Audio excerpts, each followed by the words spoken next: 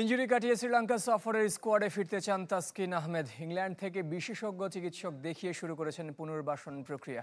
4 সপ্তাহের মধ্যে ফিটনেস ফিরে পাওয়ার আশায় ঢাকা এক্সপ্রেস। ব্রেকফাস্ট, টিফিন কিংবা স্ন্যাক টাইমে মজাদার আয়োজন মানে অল টাইম ব্রেড। সময়ের পালা বদলে দেশের ক্রিকেটের ব্র্যান্ড তাসকিন আহমেদ। বোর্ডের সর্বোচ্চ পারিশ্রমিক পাওয়া ক্রিকেটারের জনপ্রিয়তাও আকাশচুম্বী, কদর আছে ভিনদেশীদের কাছেও। হোম অফ ক্রিকেট পরিদর্শনে এসেছিল যুক্তরাজ্যের রয়্যাল কলেজ অব ডিফেন্সের প্রতিনিধি দল। তাসকিনকে পেয়ে উচ্ছ্বসিত তারা। আড্ডা গল্পের পর ফ্রেমবন্দি করেছে মুহূর্তগুলো। এমনকি ইংল্যান্ড পদের গল্প মনে রেখেছে প্রতিনিধি দলের সদস্যরা। অবশ্যই সম্মানের, আল্লাহ যাতে আরো তৌফিক দেয়, আপনারা দোয়া করেন আমি যাতে আরো অনেক বছর সার্ভিস দিতে পারি। ওরা বললো যে তোমার বোলিং দেখছি, হ্যাঁ তোমরা ইংল্যান্ডকে হারাইছিলা, তুমি অনেক ভালো করছিলে। তারপর জিজ্ঞেস হলো who's your favourite England wicket. মুখে হাসি, তবে মন ভালো নেই ঢাকা এক্সপ্রেসের।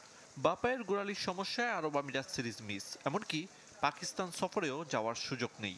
ইংল্যান্ড থেকে চিকিৎসা শেষে ঢাকায় ফিরেছেন এই পেসার।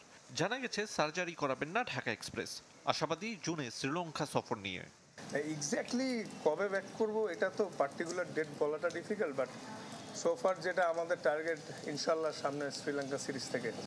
আন্দ্রে অ্যাডামসের বিদায়ের পর টাইগারদের নতুন bowling coach Shaun Tait. BPL তো বটে, বিগ ব্যাশ, পিএসএল, এলপিএল, এমনকি ইংলিশ কাউন্টিতে কোচিংয়ের অভিজ্ঞতা রয়েছে এ ওয়াজির। তাসকিনের মতে বোর্ডের এমন সিদ্ধান্তে উপকৃত হবে বাংলাদেশের বোলিং ইউনিট।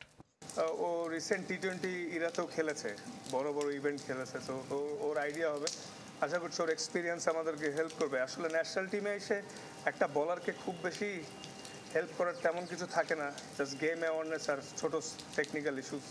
একাডেমি মাঠে ছোট ছোট রানাপে বোলিং অনুশীলন করেছেন তাসকিন।